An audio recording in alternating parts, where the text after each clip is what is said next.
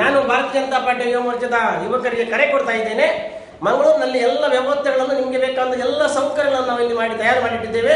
ನೀವು ಯಾವುದೇ ಕಾರಣಕ್ಕೂ ಈ ರ್ಯಾಲಿಯಿಂದ ಹಿಂದೆ ಇರುವಂಥ ಪ್ರಶ್ನೆನೇ ಬರಬಾರ್ದು.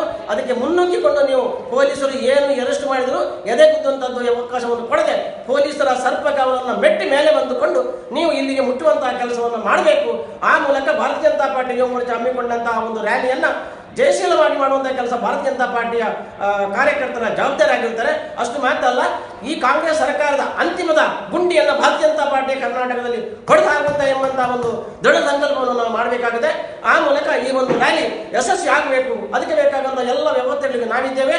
ಅಂತೂ 7ನೇ ತಾರೀಕು ಬೆಳಿಗ್ಗೆ 11 ಗಂಟೆಗೆ ಸರಿಯಾಗಿ ಮಂಗಳೂರು ನೆಹರು ಮೈದಾನ ಅಥವಾ ಕೇಂದ್ರ ಮೈದಾನಕ್ಕೆ ಬಂದು ಸೇರುವಂತ ಏನೆಲ್ಲ ನಿಮ್ಮಿಂದ ಸಾಧ್ಯ ಉಂಟು, ಅದು ಬಸ್ ಆಗಲಿ ಕಾರ್ ಆಗಲಿ ಯಾವುದೇ ವಾಹನಗಳನ್ನು ಉಪಯೋಗ ಮಾಡಿಕೊಂಡು ಮಂಗಳೂರು ಕೇಂದ್ರ ಮೈದಾನವನ್ನು ಸೇರುವ ಮೂಲಕ ಯಶಸ್ವಿ ಕಾರ್ಯಕ್ರಮದಲ್ಲಿ ನಿಮ್ಮ ಪೂರ್ಣ ಸಹಕಾರವನ್ನು ನಾನು ಬಯಸ್ತಾ ಇದ್ದೇನೆ. ಇಲ್ಲಿ ಏನಾದರೂ ನೋಡುವಂತಹ ಶಕ್ತಿ ನಮಗಿದೆ, ಅದನ್ನು ನಾವು ನೋಡಿಕೊಳ್ತೇವೆ. ಕರ್ನಾಟಕ ರಾಜ್ಯ ಸರ್ಕಾರಕ್ಕೆ ಒಂದು ಪಂಥವನ್ನು ನಾವು ಈ ಸವಾಲನ್ನು ಒಡ್ಡುವ ಮೂಲಕ ರಾಜ್ಯ ಸರ್ಕಾರದ ಈ ಒಂದು ದುರಹಂಕಾರಿ ಮುಖ್ಯಮಂತ್ರಿಗೆ ಒಂದು ಪಾಠವನ್ನು ಕಲಿಸಬೇಕಾದ ಅವಶ್ಯಕತೆ, ಅದನ್ನು ಈ ಸಲ ನಾವು ಕಲಿಸಲೇಬೇಕಾಗಿದೆ. ಅದಕ್ಕೆ ಏನು ಬೇಕಾದರೂ ಮಾಡಲಿಕ್ಕೆ ನಾವು ಸದ್ಯ ಸಿದ್ಧ ಇದೆ ಎಂಬುದಾಗಿ ಈ ಸಂದರ್ಭದಲ್ಲಿ ಹೇಳಲಿಕ್ಕೆ ಬಯಸ್ತಾ ಇದ್ದೇನೆ.